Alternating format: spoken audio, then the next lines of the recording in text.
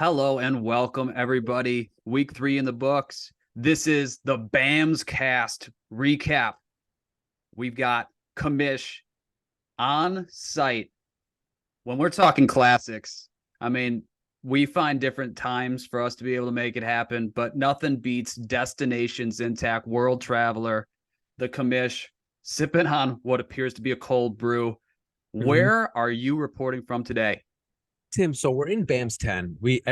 There's a lot of reminiscing the past 10 years. BAMS on site's a big deal with the league. Everyone knows that. So we wanted to really give thanks to the sponsors that have taken care of us over the years. And so attentive listeners will remember the name of this one, but Froth. We are BAMS around the world. We're in the West Loop, Chicago today.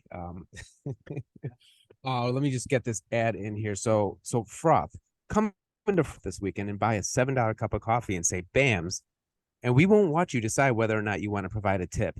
Froth, the right choice if you're constipated. So that's cool. I hate when people watch me press tip or not when they're filling up my cup of coffee from a pre-made iced coffee thing. Yeah, I've just really settled into no tip, stare them in the face. This is a transaction, and it's done. And most of the times they've delivered you the product, but it's just, I'm like, it doesn't make sense to me. No. So anyway, I'm great. Yeah, Friday afternoon, we got busy weekends coming up, but it is BAMS and we found time to do this. So I say we get into it. Let's get some recaps going. We skipped waiver wire last week. I was lost in the middle of Florida. I'll talk about that a little bit in the waiver wires. I got a gripe with Groles. Some speculation of some nefarious activity from him. And so we'll talk about that, the waiver. It'll be our first waiver segment because we skipped last week.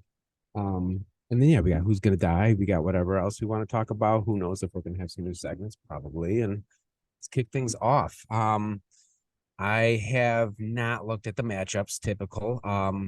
Do you have any matchups that you want to kick things off with from week 3?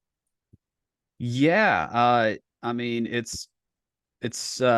wait, no. I think I know where we need to go.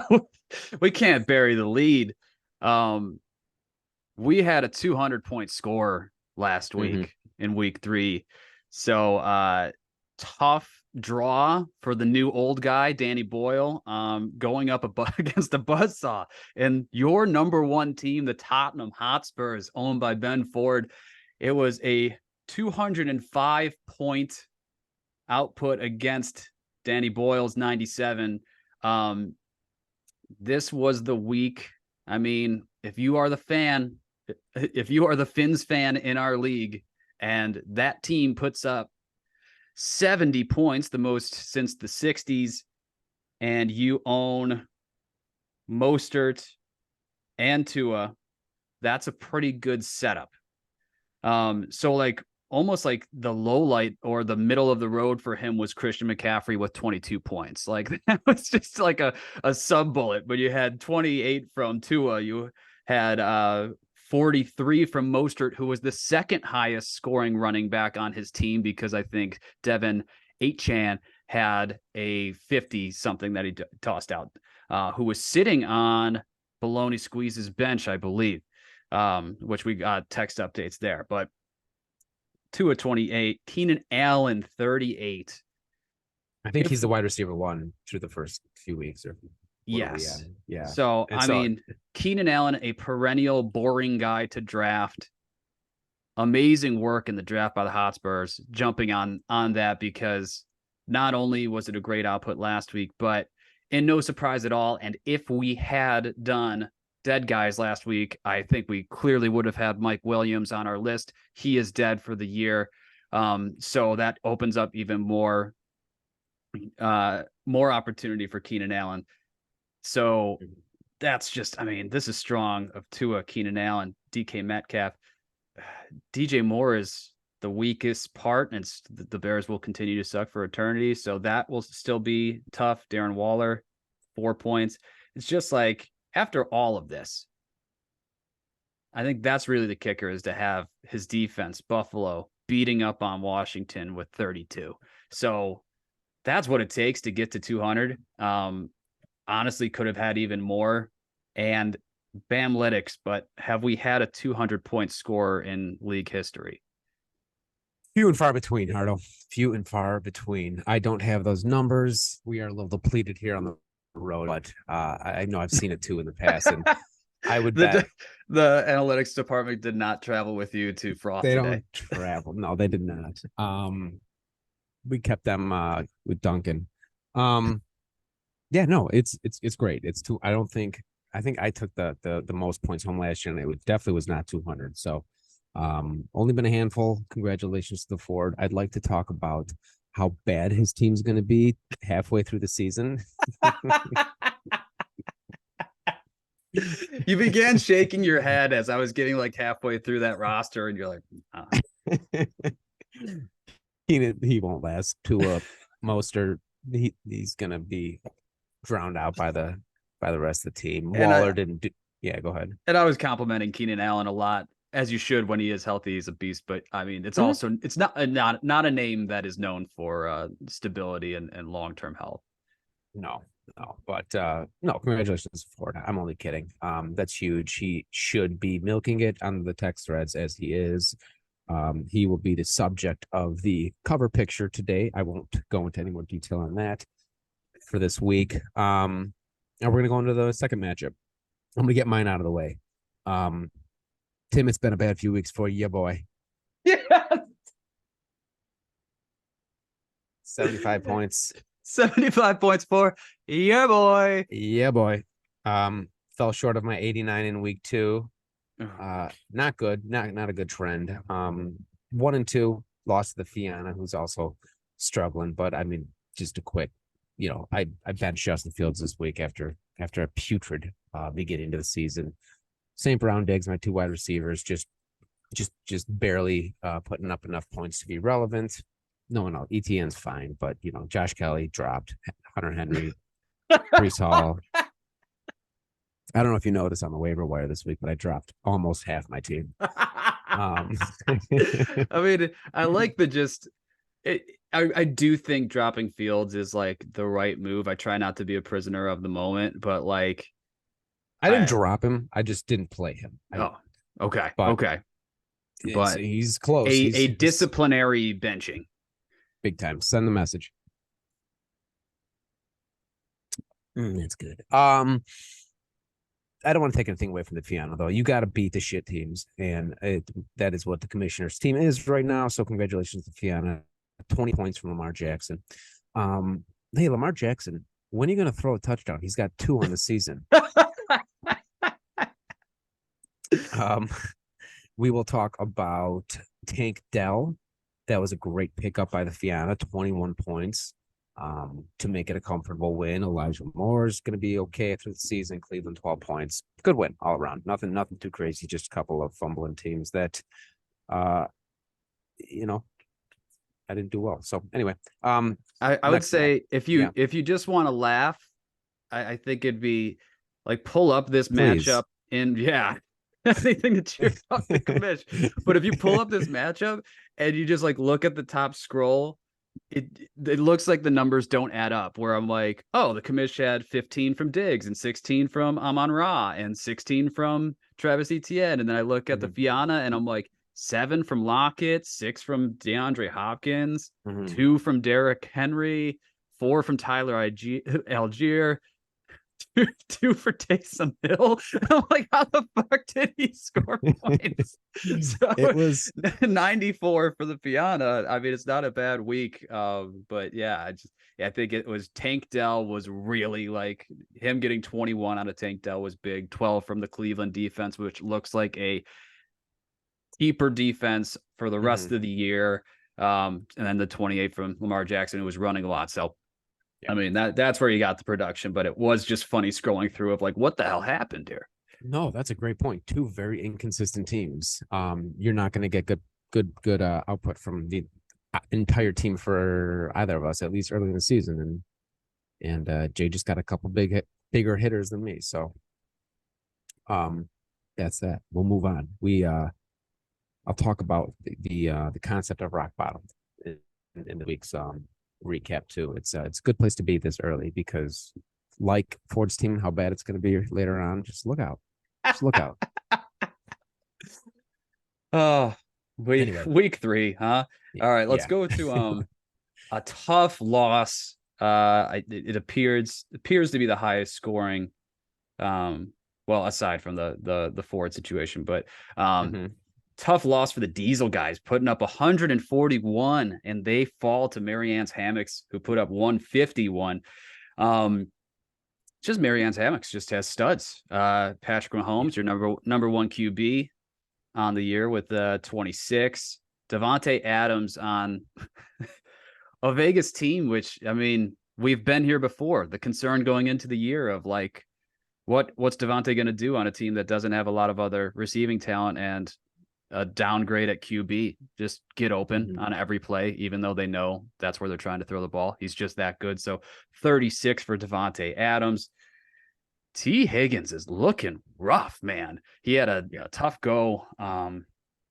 Just a lot of drops. Cincy, Burrow, 3-point output there. Mike Evans, great pick, 15. Tony Pollard, stud. Miles Sanders, decent. Evan Ingram. So like, but as we talked about before, the Mhm. Marianne's Hammocks affinity for the large body receivers. I said the Kenny Galladay got Mike Williams on his team. Dead now. So has Ooh, to pray for Evans and Higgins, big find boys. some depth at that receiver position, because I look at the bench, Odell Beckham Jr., who's already injured, Allen Robinson, which is scraping a little bit. So I think that's all Marianne's Hammocks needs to work on is that receiver depth. But I mean, it's a stacked team, and he put up 151, and he's looking good. Yeah. Diesel guys, he got output from the studs. Tough week for Calvin Ridley, really was I think the difference maker for this, but it's a very, very good team. It's a classic Diesel guys construction of really building out the stud receivers and then scrapping at running back. And with him scrapping at running back, it's like Kenneth Walker, stud, and Kyron Williams, Rams, which I don't know if you've gotten a look at like weekly rankings for running backs, but it is just like the funniest thing of the names that pop now of Oh yeah. in in modern fantasy football, like who some of the top 10 running backs are, where it's just like Jacobs still there, Kyron Williams, Kenneth Walker, James Cook, Zach Moss, Mostert, Swift. Like these are the types of names. Madison's not too far down, but it's just like it's just some gross running Yeah. backs. And I think for that approach of what Diesel guys is doing, it's kind of just no names are popping up and they're working. So For sure. I like the approach there. Long term should pay off for the Diesel guys. Yeah. And that's kind of just like a testament to the running back position. It'll be interesting because I don't think it's going to get any cleaner. Those top 10 lists, it's just going to be muddier and muddier with who's going to be running the ball and all these committees and the top 10, top 15. So yeah, he's doing well. He's pulling them in. Kyron Williams has been a great pickup. Not last week really, but also keep an eye on Ridley. I don't know any details about it, but I was just listening to something in the car about all his drops last week. Big He just has it's just a weird vibe there. Mhm. Like everything, it's an offense that looks like it should have all the ingredients for clicking, and just like everyone's just a half step off. There's been like Lawrence, I think like the Jags have points expected. They are like 15 points under because of all of the drops on the team. And that's not counting like they've had like 3 or 4 catches where a toe's out of bounds in the end zone. Like they just are just missing everything. So it should play out better for the Jags down the stretch, but it's weird vibes now. And I'm interested to see how the Calvin Ridley hot start into cool off, where that nets out. Well, they got London this weekend. They're overseas somewhere. London back-to-back weeks, I believe. Oh, But welcome yes. to Jacksonville. Yeah. Do you want to talk about your matchup, I'll let you have it because good on you. Gosh, a 136. Well, if I could only get that. Um, I'm gonna let you Um, have. I'm gonna let you have that. I'm gonna take the squeezes and the training G bangs. Um, I gotta be yeah. careful. Anyway, we have a 119 to 74 point total. Tough go for it for O'Toole for the TGBs. Um, good pickup, Brock Purdy. You know, he's putting out of points, but McLaurin, no one's really clicking with him. His best player, Josh Jacobs. You said Josh Jacobs was a top 10 running back this year? Oh, I guess I was going off of like where specialists have him ranked. Gotcha. But in terms of output, I think it's like 25th or like 20th in Yeah. production so far. Yeah, 10 points last week, and that was his best of 3 weeks so far. So he's not coming around yet. Bijan, yeah, it's rookie. It's not going well for him right now. But Bologna Squeeze keeps winning. I don't know what his record is. Yeah, he's 2-1 and all. That's good. Better than me. And James Conner. I don't know. Nothing really sticks out here, Tim. I'm not gonna lie. Travis Kelsey's back 17 Don't points. worry about it. We got Tutu all good. We got Dak Prescott. Um, yeah, just kind of a bland a matchup, but I want to hear about your matchup. Just smoking. Peekaboo love you. Oh, Gross changes his name. Yeah, I'm interested to see how long that name will stay of Peekaboo, I love you. I think it's a funny name. Mm-hmm. But there is a part of like he's built such an identity as being Groles, and I like it just basically being his name. So Mm-hmm. we'll hey, I appreciate the creativity. Maybe he sticks with Peekaboo, I love you. It's gonna have to rest a lot on the success of what Puka Nakua can do this season, I would but I would like to see a slight change if he starts to drop like a Peekaboo, my love is waning kind of deal. but yeah, this is first win for the Hardo this year after an 0-2 start, and I had that unfortunate loss to new old guy where he had the week where Dallas put up 37 and Tyreek was the high scorer on the week with like 40 or whatever. So um it was just nice to get a W. I think this was a battle of me coming into the year poor on draft capital and him being rich on draft capital. I did not have a first round pick or a fifth round pick. Um, so as I go through the scoring, I kind of want to pat myself on the back for some of the drafting that I was able to make happen and grind out this squad that I'm actually quite happy with. Mm-hmm. But yeah, total was my 136 against his 108. On his side, Deebo Samuel had an awesome game. Uh, Marquise Hollywood Brown went for 15, but that's just a weird Arizona team. So we'll see how things will continue there. Um, James Cook, as we said, like top 10 running back, but always just going to be that weird thing of like Buffalo running backs. What kind of ceiling do they have? And then a Kansas City defense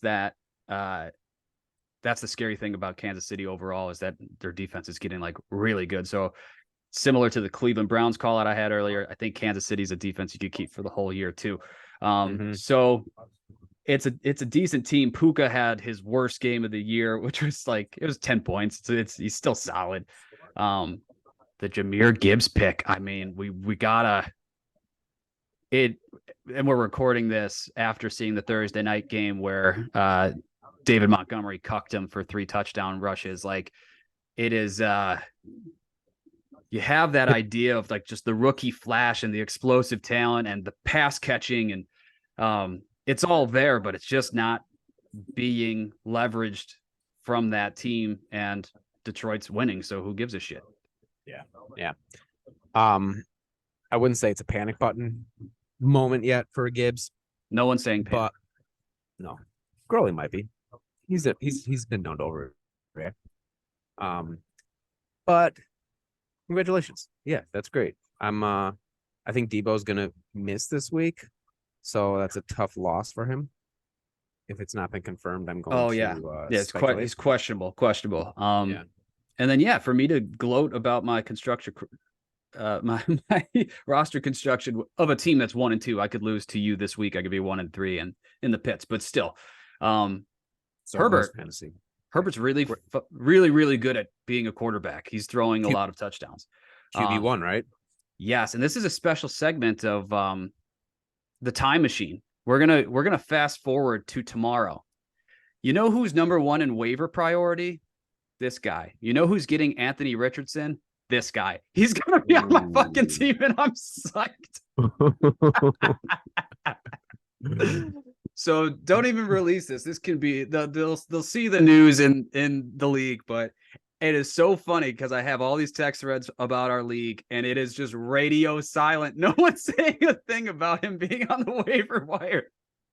So yeah, no, he'll be on my team. I will keep him for the next 2 years. And I mean, I can't hate on DeDecker for dropping him because DeDecker has. Is Mahomes his quarterback? I'm trying to think. Or Josh Allen. I think he is Josh Allen.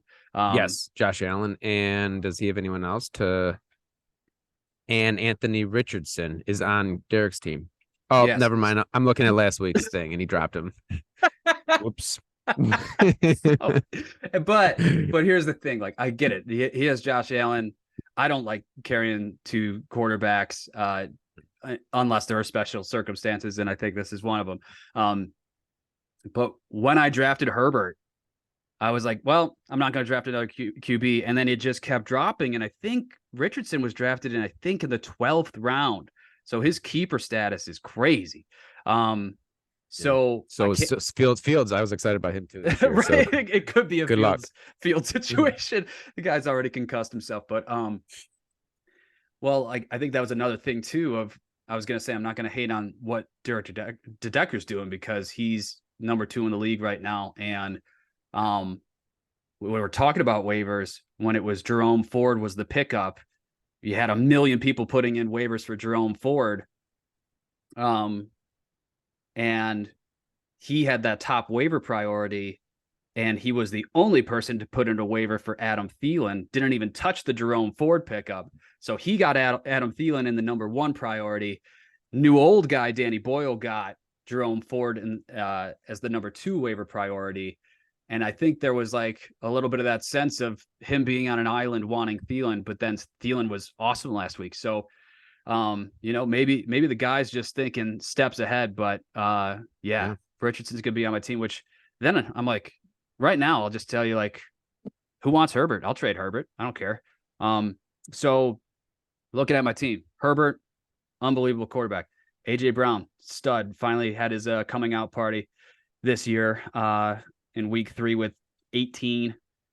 Amari Cooper, he's filling my Keenan Allen role of the boring guy that no one cares about, who he just scores 15 every week. That's just what he did. Mm-hmm. He did 21 last week, but like, technician, keeps his mouth shut, gets open, catches balls, toe taps, absolute stud.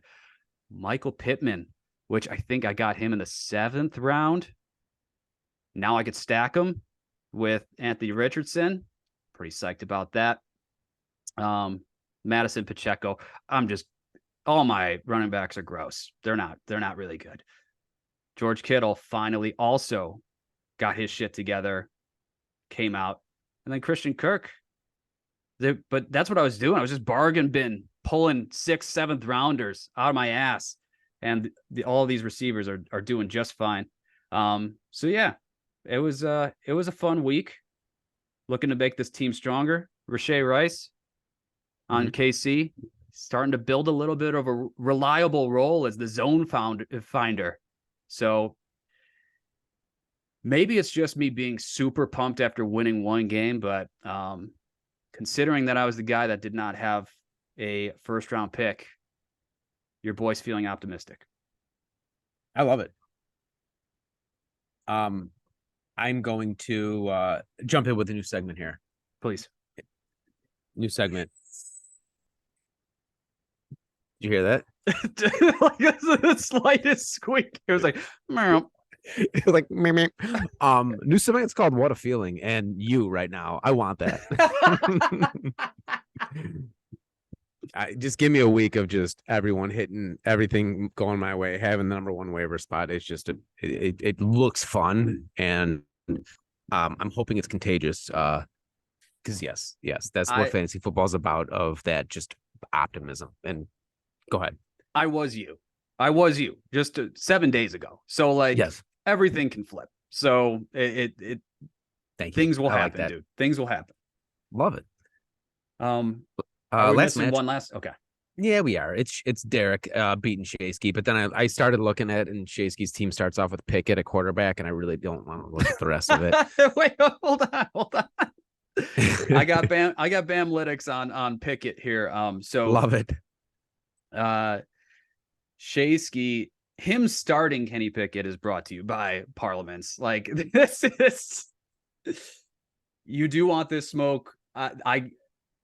Kenny Pickett, he actually, so sticking with that man is something else. When you want to talk about somebody that might want a Justin Herbert, let me do one of those faces. Kenny Pickett, which you kind of shake your head at, you look at 18.5 points. It's like, okay, output. That's the first game ever in his career that he has thrown for more than one TD in a game. So congrats to Kenny Pickett. Not including preseason, right? Right. I think so. Because he had a big preseason. Yeah. Big time. Joe Montana. Yeah. Oh, sorry, but please continue. Yeah, no, I won't. No, Olave, he's consistent. Joe Mixon's, that was a good pickup. Nothing else did well. Devontae Smith had a down week. Devontae is fighting with your guy for that number one spot in Philly. And I think, without really knowing the details, did AJ Brown have the squeaky wheel? He did this week. Yeah. So that that was writing on the wall. Robert Woods, why is he on the team? Bijan Robinson, does he have him too? I already talked about him. Maybe that was Brian Robinson on another team. So Kyle Pitts, I don't know why you're starting him. He lost. Shasky did. So he's 1 and 2 with me towards the bottom. Derek didn't have a great game, great team, but yeah, we talked about Thielen, and that'll segue into our waivers. But Josh Allen's great. Swift only had 14 points. Was that a different week I'm thinking of? Yeah. Week 2 is when he had 26. We didn't get to talk about that, but DeAndre Swift was a great pickup for that Philly team. But no, 107-94, bland performance for both, but a W for Derek. He's 3-0, feeling great right now, as he should. And that's the matchups, brought to you by Froth again.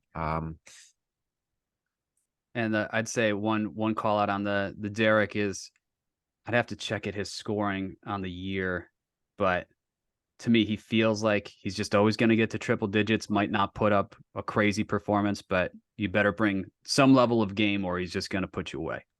Yeah, he's averaging just over 110 points. So right there. And speaking of points, though, 455 for Ford. That might be a BAMS record. I mean, just hold on. Yeah. BAMS record. I just asked some random person if it was, and I nodded at them and they looked at me crazy. But yeah, Ford's 455 to 391 is the next one. That's he's got like a 60 plus points, and we're only 3 weeks in. So those are your matchups, folks. Let's talk about the waivers. I got these written down so we don't have to think about it, unless you want to jump in with anything that sticks out. I got to get back to Wednesday, and we get a 10-minute warning, so we got to cruise. Okay, right. Number one's Kansas City, Growley, and this is where it gets hairy. I was sleeping at Growley's house the night of waivers. I'll never do it again, nor will I sleep at anyone in BAMS during a waiver wire Wednesday. Him and his wife placed me in the room next to their child. Oh, my child has an ear infection. It never happens. She was up crying all night. I was totally thrown off. I don't know. My alarm didn't go off, or I canceled it because I was just, not in my game. And I wake up and I see Growley picked up the Kansas City defense at 2:13 in the morning.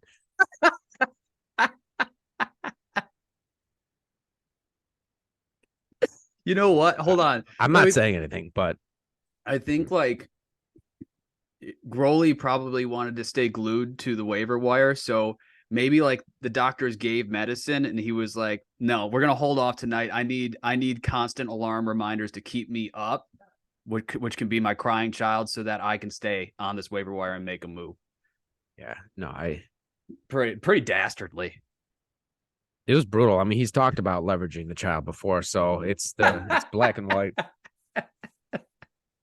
No, aside from that, Well, hold on. I appreciate one Yeah, other thing. Didn't he pick up, like, after waivers cleared? I feel like he picked up Kareem Hunt. Like, as soon as the Kareem Hunt news happened, like went flying to the ads, and it was like, oh, Gurley picked up Kareem Hunt. Like he was ahead of that beat of the Cleveland Browns pickup. Like it was like a 3:30 a.m. pickup, but just he was up recognized all right. game. Yeah, taking care of his child. On top of that, Adam Thielen, we talked about, huge pickup. No one thought he was going to be good this year because he's old and he went to the Panthers. Great pickup. New old guy got Jerome Ford. A lot of negative press for Jerome Ford, but he's been consistent for a waiver wire ad. Okay. He's a good route runner. He's not a between the tackles runner. Yeah, he's okay. Yeah, he'll be fine. I don't think Kareem Hunt's going to really do anything. There's a reason he will be on the field with them at least 50% snap share for the rest of the year. Yeah. Oh, Fiana Tank Dell, got to give him props. He beat. That's great pickup. Great pickup. Huge. Hate it. A team that needed to grind after the J.K. Dobbins injury, yes. So they're finding ways in the margins. Two all good. Baloney squeezes. Great pickup. He's just following the Lions around the country this year, evidently. What a life. Probably won $1 million on yesterday's game. Yeah. And then I got these guys, Kirk Cousins.